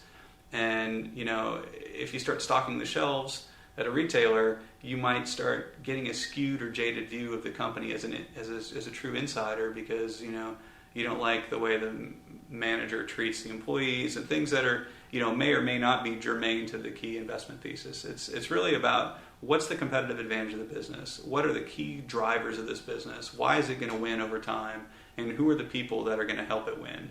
And if you get those factors right, you don't necessarily need to know all the minutia that, you know, that I think people mistakenly infer that they need to go be chasing down. Those little data points that, you know, what are same-store sales in Kentucky? You know, it just, you know, some of that stuff is just immaterial to an overall investment thesis. But it takes a while to hone in on exactly what those factors are. Yeah, I think the distinguishing characteristic of Third Avenue, even amongst the peer group who are most considered our direct competitors, who legitimately do a very successful form of long-term fundamental deep value investing as well, they tend to focus, on the whole, much more on forecasting earnings and forecasting cash flows, and discounting them back to some sort of present value and coming to a net asset value calculation based on that sort of thinking. This firm, in contrast, comes very much from Marty's distressed, restructuring, creditors background, where the analysis tends to look much more like a liquidation type of a value. You focus much more on the underlying asset value that backs your security. You think much more in the here and now. What can I buy this security for today? Does that represent a material discount to liquidation value, giving no credit whatsoever to the future? And that defines virtually everything we do at Third Avenue. It also leads us, we're using a different ruler, so to speak, in measuring value. It leads you to different types of opportunities, and naturally the portfolios at Third Avenue tend to look very different than a number of our peers. I attribute all of that to Marty.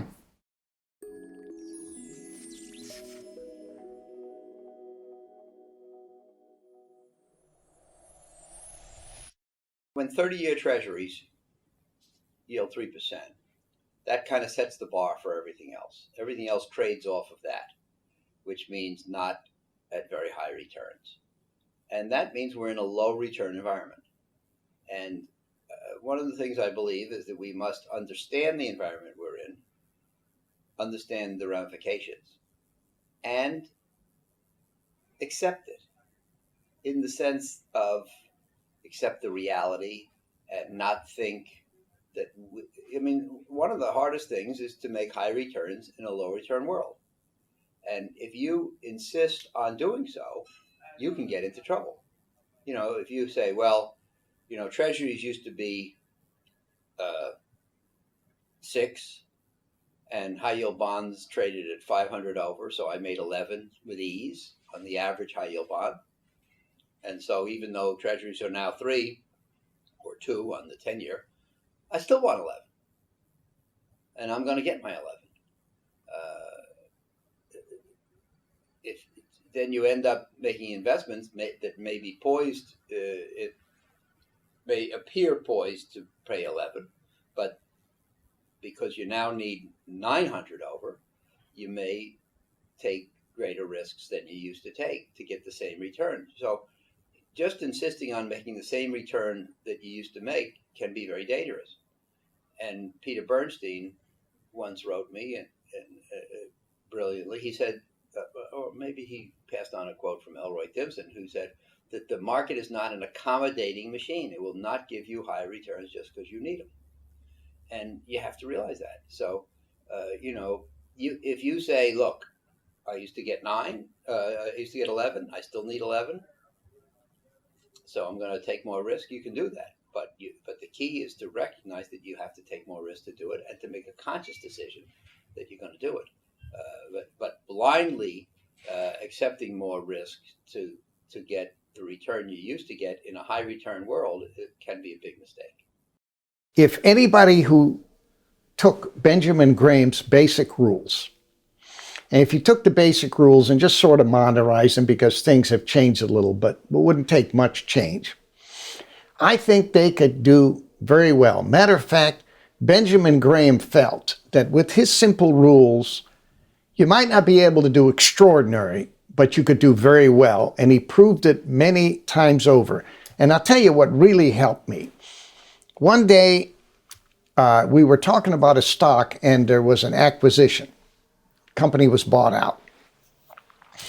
And so the company paid a lot more for that stock than I thought it was worth. And because I had multiples that I developed, through the Graham philosophy, and I thought, geez, I wonder what these guys see in this company, because based on the Graham philosophy, they paid almost 50% more than it's worth. So I started studying acquisitions, and I realized if these guys in the business, they spent their whole life in it. If I was going to buy another money management firm, you know that I would know what to pay for it because I've been in it for 40 years and I'm certainly not going to overpay for it, right? So if I'm willing to pay that much, as a businessman, I must be able to pay that much and still make money.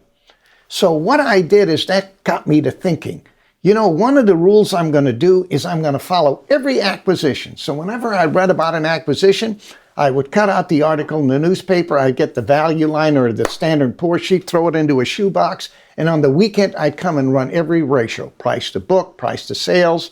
Now we use enterprise value to sales, price to EBITDA, and all that. They didn't call it EBITDA at that time, but price to operating earnings, so forth and so on. And so I categorized all these acquisitions.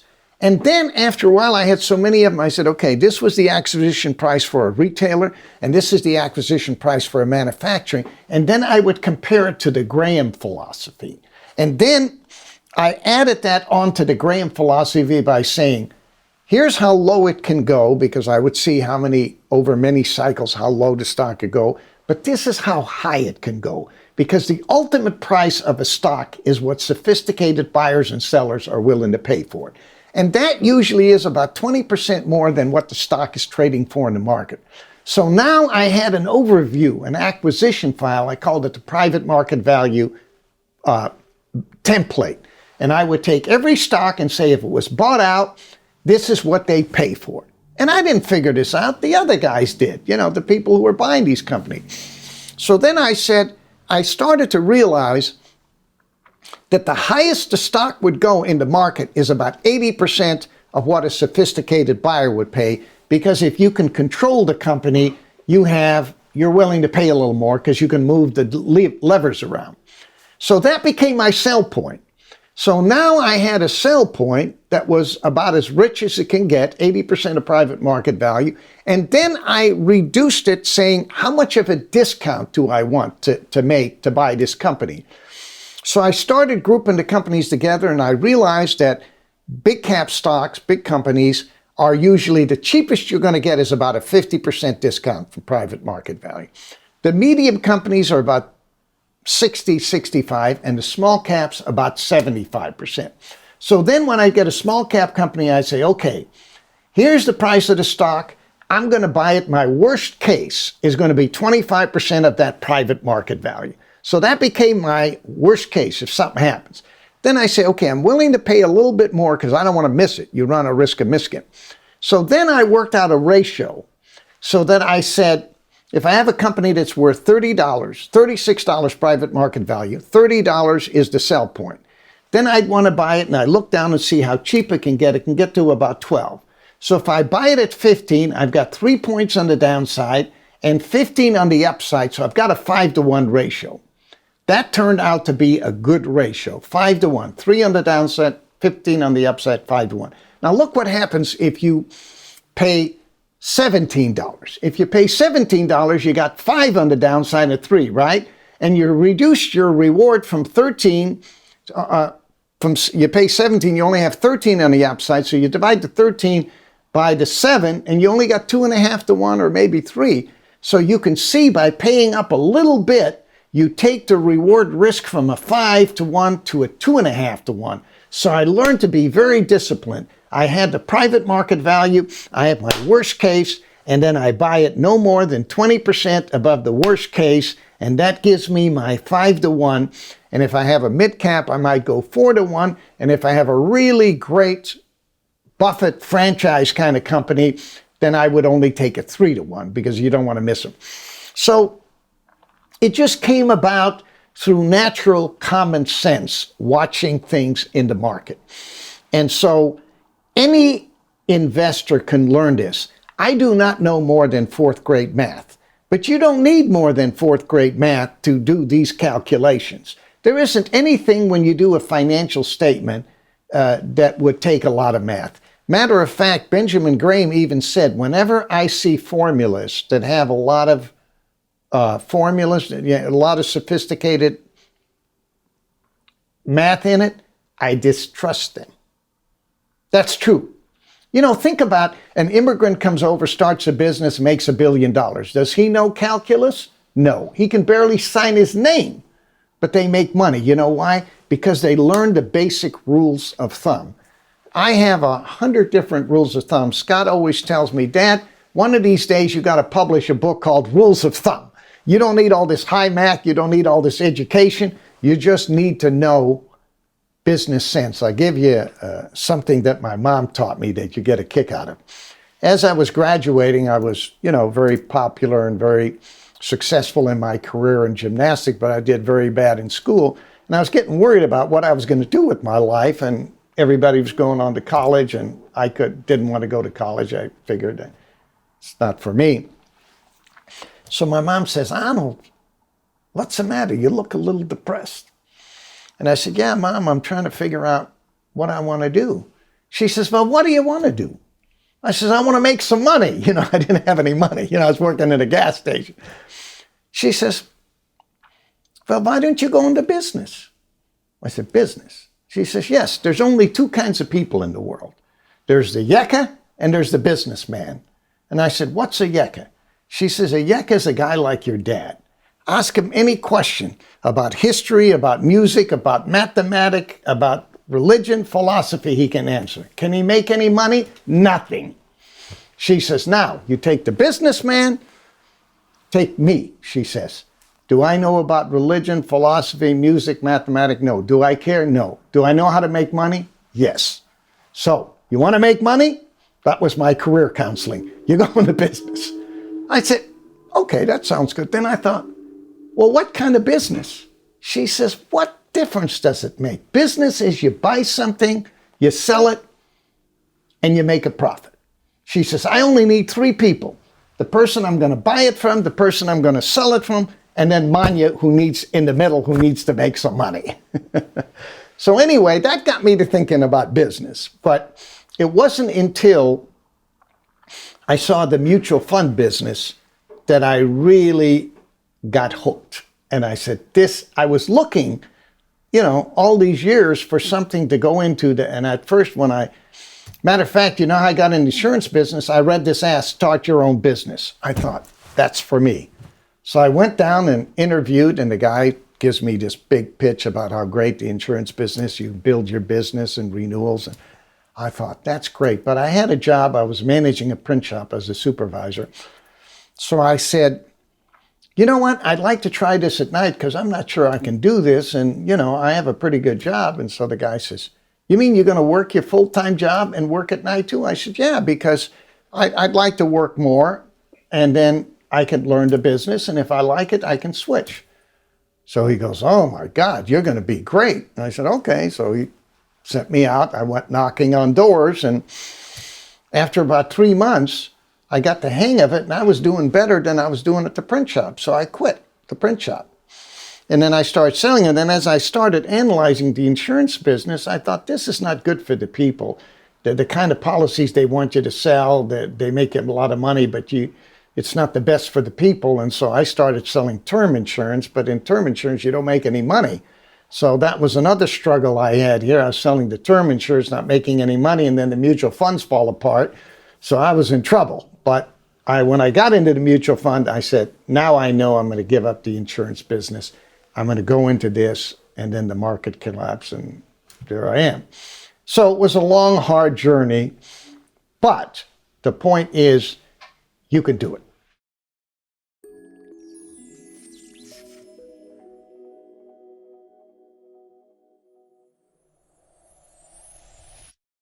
Some years ago, we moved to Austin, and I travel once a week for church business down to San Antonio, and so I found myself on the highway, and I also found that I needed to stay awake, and so music doesn't do it. So in talk radio, I find just very disruptive and kind of cynical, and so I started doing a lot of books on CDs as well as audio books, and as well as reading. So I enjoy, you know, I think what I find is it's very uplifting, even just the time to and from work as opposed to having a radio on, reading part of the book, and it can be scriptures as well as great books that are written. I find a lot of biographies really good. Books on investing are good. I just finished one on Thomas Jefferson, John Meacham that wrote, and I thought fascinating, this human being, great human being, and also having other parts of his life that were you know, kind of unique given the circumstances of preaching freedom and having 6 children by one of his slaves and so on, who was ironically a half-sister of his wife. But in investing, I think that I've read several books recently that are interesting and that I think can be helpful. I think your book's an excellent book, and that introduced, as I mentioned to you earlier, Joel Greenblatt and his little book on the magic formula. I think it's kind of cute. I'm not into formula investing, but I think the concepts he brings out are excellent concepts. The Outliers book that gives you case studies of management approach, I find fascinating, where it highlights the importance of being very delegative. I'm very delegative. My wife said, no, you're abdicative. But I said, look, it works. I think by creating empowered people and letting them utilize their skills, that people can really do incredible things, and with the freedom that they can have. Other books, I just in the process of finishing The Black Swan.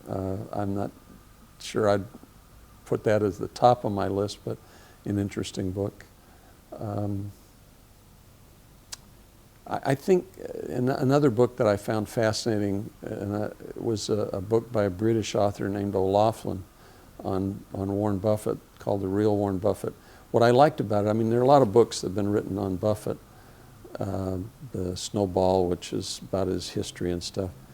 But this one, what I liked about it was it talked about, as a subtitle, leader of men and capital allocator, two of the very, very important functions of business management. So I found those to be very, very helpful concepts really to get down. The outstanding thing that we've done on the business side, and that has persisted the most strongly for the longest period, is sticking to the mission. You know, back in 1978, when I started Citibank's convertible bond fund, one of my bosses there said to me, well, why don't you put in some common stocks? I said, well, why would we do that? It's a convertible bond fund. And he said, well, that way you can get higher returns. I said, well, that sounds like a great idea. Then why don't we put in some oil, some gold, and some old master paintings too, you know? And my approach was always to tell the client what you're going to do and then do it. And I think that if you do that, you eliminate 80 or 90% of the reasons for dissatisfaction. You know, if you're not clear about what you're going to do, or you're clear about what you're going to do, but you don't stick to it, then you can have a lot of problems with that client. You know, and to me, we've never had a client say, oh, you know what, I was surprised to see that in my portfolio. I didn't think that was what you were going to do. To me, if the client says that, that's a death knell. That means you either weren't clear about what you were going to do, or you didn't stick to it. But if you tell them what you're going to do and do it, you've solved a lot of problems. It happens to be a feature of the institutional world that if you try to do what you said you were going to do and mess up, that's bad. But if you try something else and mess up, that's many times worse if you go outside your territory. And so again, by saying what you'll do and sticking to it, you've avoided one of the big reasons for client dissatisfaction. So that's one of the things. Look, there are many, many things. I wrote a book called The Most Important Thing, just, I guess, to prove that there is no one most important thing. There are 21 chapters. And I'm sure I didn't cover everything. But so I can't tell your beginning investor a secret formula. But I think that a thought-out approach, held with discipline, unemotional behavior, sticking to your last, these are some of the fundamental things that I think will lead to success. But none of it matters if you don't have superior insight. You can do all those things, but if you're just an average person, and most people are average, you know. Peter Vermillier, my boss at Citi, used to say that only 5% of analysts add any value. You know, this is not a business where everybody has the same insight or above average insight, only a few people. And so you have to do all those other things I talked about, but you also have to be able to think different from the crowd and better. And you know, the first chapter of the book says the most important thing is second level thinking, different and better.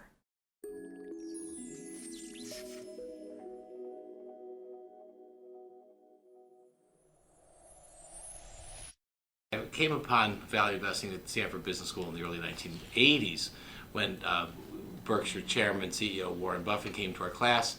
And it was a class taught by Jack McDonald, who was a lone voice in Palo Alto towards thinking about investing as though you were acquiring pieces of companies and then assessing whether you think that the company had competitive advantage that would endure, and then coupling those two discoveries into the process of investing, regardless of the environmental concerns or academic principles that might be in contradiction to the bold assertion that one might just identify a company with superior economics and a strong culture that could pose the investment of for the lifetime of the investor.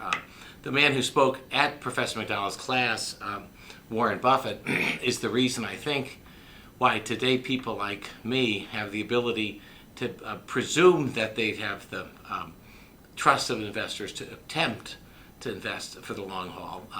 He did it, and it has a lifetime of success to prove that it's possible to consider great businesses, great managements, and then align your investor interest alongside of them for the very longest term, with disregard to the tools of modern finance, which have the academic imperator behind them.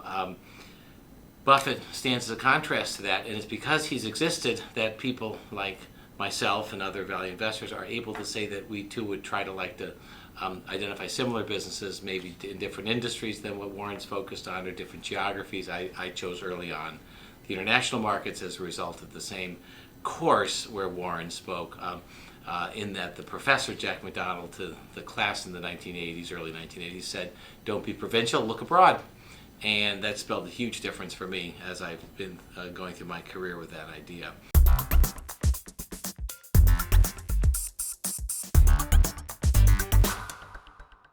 I guess that you always ask the why me, O Lord question, which is, why should I be so lucky as to be afforded this opportunity? So of course that's a question that you ask. I think that there's really the markets as they were before the financial crisis and the markets as they were after the financial crisis. And before the financial crisis, I think that the markets were in micro and nano cap securities were much more efficient and pretty well functioning. In order to execute on the strategy, you have to have an efficient market which is well functioning in order, that value investing sort of rests on the theory that that the market has to make a mistake. You have to be able to recognize that the market has made a mistake and take a position, and then the market has to realize it's made a mistake and correct it. So the problem post the financial crisis is that I feel as though the markets in micro and nano cap securities are really broken. That you'll have these companies that are trading at 2 or 3 times earnings, and no one cares. And I was actually talking with a colleague of mine who's also a fellow hedge fund manager and a professor up at Columbia, Paul Johnson, and we were discussing this, and the theory is that post the financial crisis or during the financial crisis, illiquid assets really plummeted in value, and they became sort of death traps. And what really happened is that you had this huge shock to the system. This class of very illiquid securities plummeted in value. People shied away from it. The perceived risk was enormous going forward. Even though the price falls, all else being held equal, it's an even better value. So there was a premium put on liquidity and tradability. And because of that, people have only really wanted to own large cap stocks. So when I talk to traders in the market, they'll say, the top 50 companies are trading a lot of volume and are pretty busy, but once you get away from that, the markets are pretty quiet. And there's also been a lot of activity in ETFs, this whole notion of risk on, risk off trades. And you've had a lot of increased volatility in the markets. So that's sort of where we are now. Now, how does that change? How does the markets for these tiny securities, which are broken now, how do they fix themselves? And what really happens is that over time, as you get further and further away from the shock event, that people forget, and people are also greedy. And the economy picks up a little bit and people start spending money, and that's how I think you're going to have the eventual recovery in this market, that people start to to look for what's perceived as riskier assets and cheaper assets, and that'll bring them into the ponds that we fish in.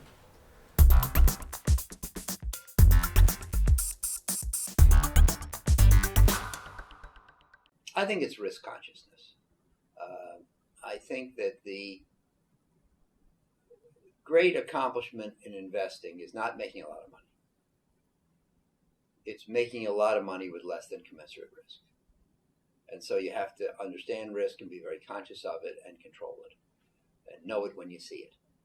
And the great investors the people that I think of great investors are really characterized by exceptionally low levels of loss, infrequent loss, infrequency of bad years. I think that's one of the reasons why we have to think of great investing in terms of a long time span. Short-term performance is an imposter. The investment business is full of people who got famous for being right once in a row. But if you read Taleb, if you read Fooled by Randomness, you understand that being right once proves nothing. You can be right once through nothing but luck. The law of large numbers says that if you have more results, you tend to drive out random error, and the sample mean tends to converge with the universe mean. In other words, the apparent reality tends to converge with the real underlying reality. And the great investors are the people who have made a lot of investments over a long period of time and made a lot of money, and their results show that it wasn't a fluke, that they did it consistently. And the way you do it consistently, in my opinion, is by being mindful of risk and limiting it.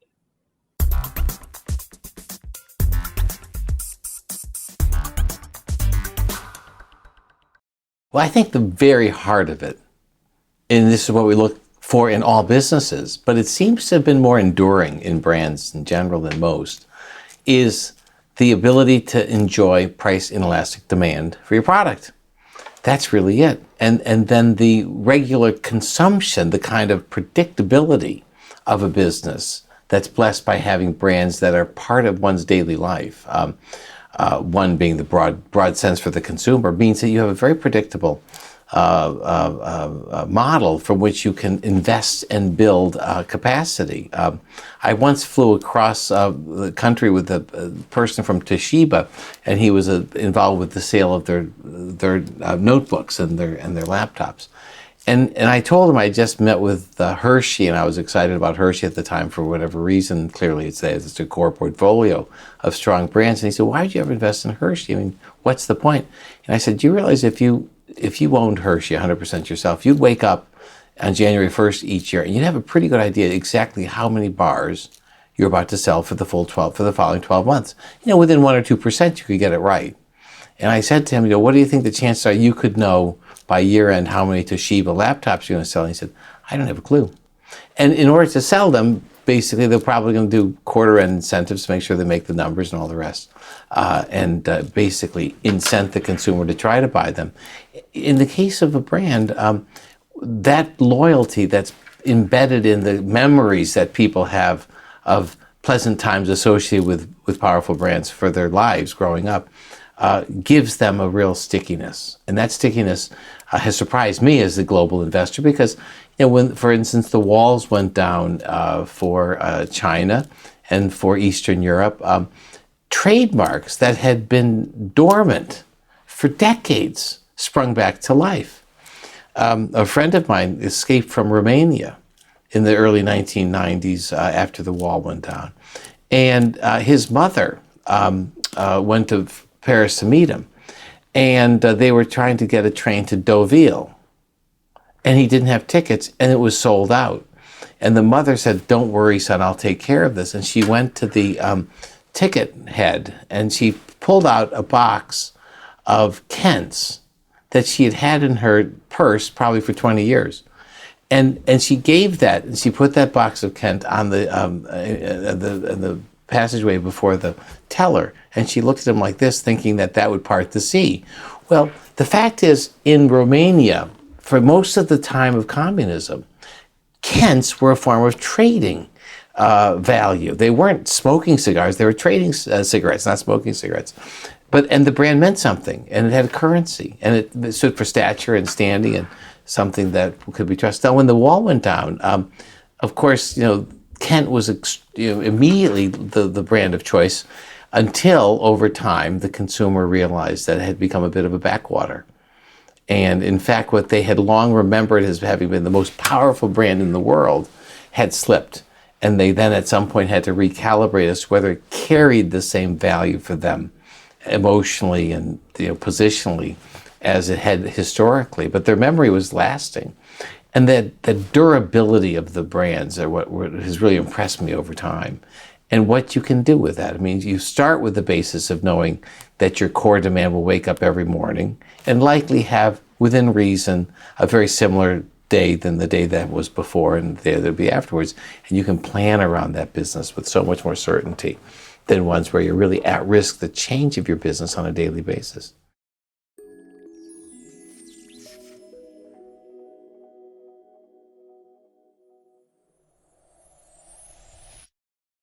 I read much less than I used to, partly because I write much more and I don't have as much spare time. Funny thing is, I sometimes go back and read my own stuff, and I'm, oh, that's interesting. I should start paying attention to them. You forget about what you've actually looked at. I still look at the classics. I still think that anybody would benefit from reading Kindleberger and his History of Panics. To me, that's just one of his classic books. I think any book about an economic cycle is always interesting, even if it's wrong. It's interesting to go back and look at what people were deluded about. I think whenever you read something, even if you enjoy it, you should be critical of it. There's nobody out there. There's a lot of people who I read because I think they're interesting. And when they start diverging from my opinion, I think about it. And I'm like, okay, why is this person wrong or why am I wrong? Most of the time I realize why I think this person's wrong. And you keep it in the back of your head. And then you decide a few weeks down the road, okay, maybe this person had a point and I was missing something. Or you take even more comfort and you're like, no, okay, I don't have to worry about this person that made me think about something, but I no longer need to think about it. So there's a limited number of people out there that we read. There are a few people rather cruelly who we'll keep an eye on because they're pretty much always wrong. There's a few stop clocks out there that get a lot of attention, and we will pay attention to them. There's a few people who we genuinely don't like agreeing with us, because at the very least it means that consensus is utterly caught up with us. But as I say, if you're going to be independent, you're going to have to be self-dependent. And I do think the two kind of go hand in hand. And most of my time I spend reading an awful lot of raw news. I read a ton of global media, and I'll read trivial global media. When I get interested in a country, I start reading the general newspapers. Fortunately, on Bloomberg, they have this incredible sort of news service where you can read the South China Post, or in any country there's going to be a local media. And I'm always interested in what's the local media talking about. So a year ago, a little bit less than a year ago, 9 months ago, when Japan had its upper house election, and everybody over here was talking about Abe's economic policy and the need for political reform and all this other stuff. If you actually read Japanese newspapers, or the few which were translated, all the Japanese editorials were about Abe's foreign policy. That was your first hint that something different was happening over there, and the need for Japan to stand up to China. And that was a debate which people here were utterly ignorant about. And that's an example of one of the things you can do. So for us, read an awful lot of local news, not commentary, not opinion, simple news. What is it that people are focusing on? What are they obsessing about? Is it surprising? Most of the time you're like, okay, I'm not surprised. They're writing what I would expect. But sometimes you're like, okay, this is something quite different. This is something I gotta really be aware of.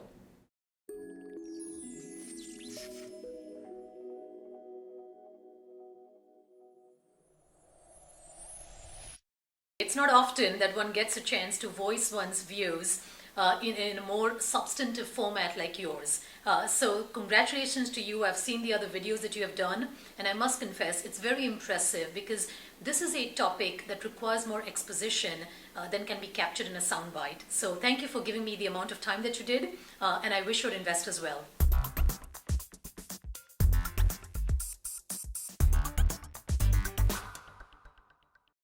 The Manual of Ideas is a great resource.